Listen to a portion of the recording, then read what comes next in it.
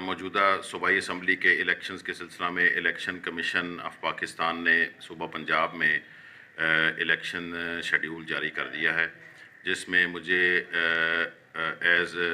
میری posting as assistant commissioner Okara ہے، اور مجھے انہوں نے ایک حلقہ میں پی پی 184 اوکاڑا میں الیکشن کمیشن نے ریٹرننگ آفیسر مقرر کیا ہے۔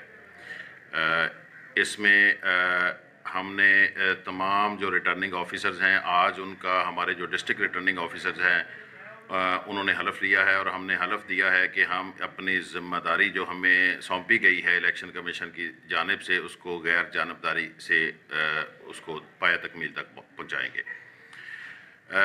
اس میں ریٹرننگ آفیسر کے نوٹیفیکیشن کے مطابق ہماری ٹریننگ بھی کر دی گئی ہے الیکشن کمیشن کی جانب سے۔ میں نے اپنے آفس میں ایک الیکشن سیل بھی قائم کر دیا ہے، اور کاغذات نامزدگی جو ہے وہ جو ایشو کرنے شروع کر دیے ہیں۔ ہمارے 3 دن کا شیڈیول تھا، 12، 13 اور 14 کاغذات نامزدگی دینے کا اور ان کو وصول کرنے کا۔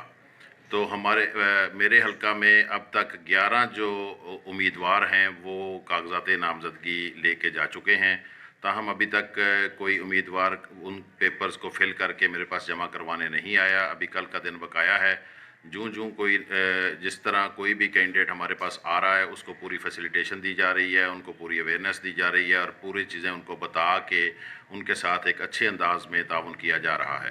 امید کرتا ہوں کہ یہ جو الیکشن ہیں صوبائی اسمبلی کے، اس کو ہم بڑی غیر جانبداری سے اور اس کو بڑے احسن انداز سے اور شفاف طریقے سے اس کو پایہ تکمیل تک پہنچائیں گے۔